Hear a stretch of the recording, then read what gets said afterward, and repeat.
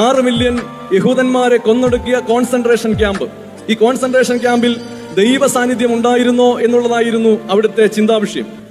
അപ്പോൾ പലരും തങ്ങളുടെ അഭിപ്രായങ്ങൾ പറഞ്ഞപ്പോൾ ഏറ്റവും അധികം അവിടെ ശ്രദ്ധ പിടിച്ചു പറ്റിയ ഒരു വാദം പറഞ്ഞത് യഹൂദ പ്രൊഫസറായിരുന്ന ഫാക്കൻഹൈൻ എന്ന് പറയുന്ന ഒരു മനുഷ്യനായിരുന്നു.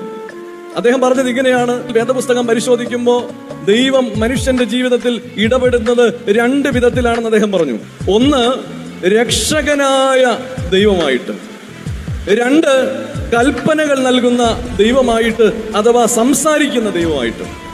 അദ്ദേഹം തുടർന്ന് വ്യക്തമാക്കി കൊടുത്തു: തീച്ചൂളയിൽ കടന്നു വരുന്ന ഒരു ദൈവം, സിംഹക്കുഴിയിൽ കടന്നു വരുന്ന ദൈവം, അവരുടെ പ്രയാണ കാലഘട്ടങ്ങളിൽ അവർക്ക് തണലായി, അവർക്ക് ആശ്വാസമായി, അവർക്ക് സാന്ത്വനമായി കടന്നു വരുന്ന രക്ഷകനായ ഒരു ദൈവത്തെ നമുക്ക് പല സന്ദർഭങ്ങളിൽ കാണാൻ പറ്റും. രണ്ടാമത് അദ്ദേഹം പറഞ്ഞത് ദൈവത്തെ നമുക്ക് കാണാൻ പറ്റുന്ന സീനായി പർവ്വതത്തിലാണ്.